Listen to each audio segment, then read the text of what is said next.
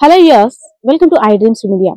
ప్రస్తుత రోజుల్లో ప్రేమల గురించి మాట్లాడాలంటే చాలా దగ్గర వార్తలు వింటుంటాం. ప్రియుడిని చంపిన ప్రేయసి, ప్రేయసిని చంపిన ప్రియుడు, ఇలా అనేక రకాల క్యాప్షన్స్ వింటూనే ఉంటాం. ఒక్కొక్క ఇన్సిడెంట్ ని చూస్తున్నట్టయితే వామ్మో ఈ ప్రేమకి దోమకి నమస్కారం అని కూడా చాలా మంది భయపడిపోయే పరిస్థితి.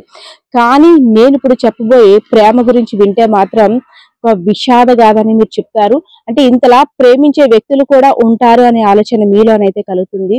రీసెంట్ గా విజయనగరం జిల్లాకి చెందిన ఒక యువకుడు, అంటే 17 సంవత్సరాలకు బాలుడు ఒక ఆశ్రమంలో దొంగతనం జరిగిందని నిమిత్తం ఆ కేసుకి సంబంధించి ఆ యువకుడిని పోలీసులు అరెస్ట్ చేశారు. అరెస్ట్ చేసిన తర్వాత 17 సంవత్సరాల లోపు కాబట్టి జువైనల్. నీ తరపు బంధువులు ఎవరైనా ఉన్నారా నీ గురించి తెలియజేశామంటే ఆ యువకుడు ఒక యువతి నెంబర్ అయితే ఫోన్ నెంబర్ ఇచ్చాడు. ఆ యువతి ఆచూకీ కూడా చెప్పాడు. ఆ యువతి ఎవరంటే గుజరాత్ కి సంబంధించిన ఒక మహిళ. ఆమె ఎవరో కాదు, రోడ్డు మీద బెలూన్స్ అమ్ముకుంటూ మనం చూడొచ్చు, సిగ్నల్స్ పాయింట్స్ దగ్గర గట్టా బెలూన్స్ పెన్స్ అమ్ముతుంటారు.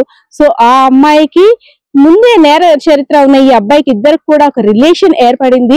ఇద్దరు కూడా పెళ్లి చేసుకోకపోయినా ఒక బంధానికి కట్టుబడి ఒక అమర ప్రేమికులా జీవిస్తున్నారు. ఇలాగా మీ తరపు వ్యక్తిని, మీకు సంబంధించిన అబ్బాయిని పోలీసులు అరెస్ట్ చేశారు. నువ్వు ఒక్కరిదానివి అయిపోతావు కాబట్టి నీ కుటుంబ సభ్యులు ఎవరైనా ఉంటే చెప్పమ్మా, వారికి ఇంటిమేషన్ ఇస్తాము, నిన్ను ఇక్కడ నుండి తీసుకువెళ్తారు. బికాస్ ఆఫ్ అబ్బాయి లేడు కాబట్టి నీకు మగదికి ఎవరు ఉండరని ఆ అమ్మాయికి పోలీసులు నచ్చజెప్పారు. కానీ ఆ అమ్మాయి తరపు బంధువులకి ఫోన్ చేస్తే వాళ్ళెవ్వరూ కూడా రెస్పాండ్ అవ్వలేదు. ఎప్పుడో ఆమెను వదిలేసాం, మాకు సంబంధం లేదు అంటూ, ఆమె ఎవరో మాకు తెలియదు అంటూ కఠినంగా కూడా సమాధానం చెప్పారు. ఆ అమ్మాయిని స్వదార్ హోమ్ కి తరలించారు. ఒక 2 days ఆ అమ్మాయిని కూడా ఓదార్చారు.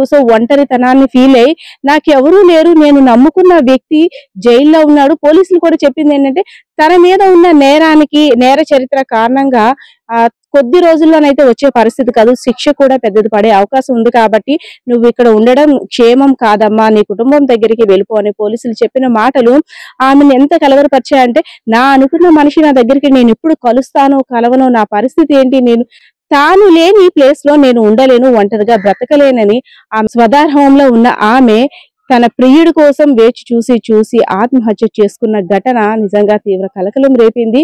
వారి యొక్క ప్రేమ గాథ విషాదం అనే చెప్పుకోవచ్చు. ప్రస్తుత రోజుల్లో చూస్తున్నట్టయితే బంధం కోసం కట్టుబడి ప్రియుడు రాడు అని తెలుసుకునే ఆమె, ఇంకా నా ప్రియుడు ఎప్పటికీ వస్తాడో అప్పుడు నా పరిస్థితి ఏంటో అని తెలుసుకున్న ఆ ప్రేమ గాథ విన్న వాళ్ళందరూ కూడా ఎస్, లవ్ అంటే ఇదేరా, ప్రేమ అంటే ఇలా ఉండాలిరా అనే కామెంట్స్ అయితే వినిపిస్తున్న పరిస్థితి కనిపిస్తా ఉంది. కెమెరా పర్సన్ బాలకృష్ణతో Padma, I dreams media, Vizianagaram. నిజంగా ప్రస్తుతం ఉన్నటువంటి సమాజం దేనికి ప్రయారిటీ ఇస్తుంది?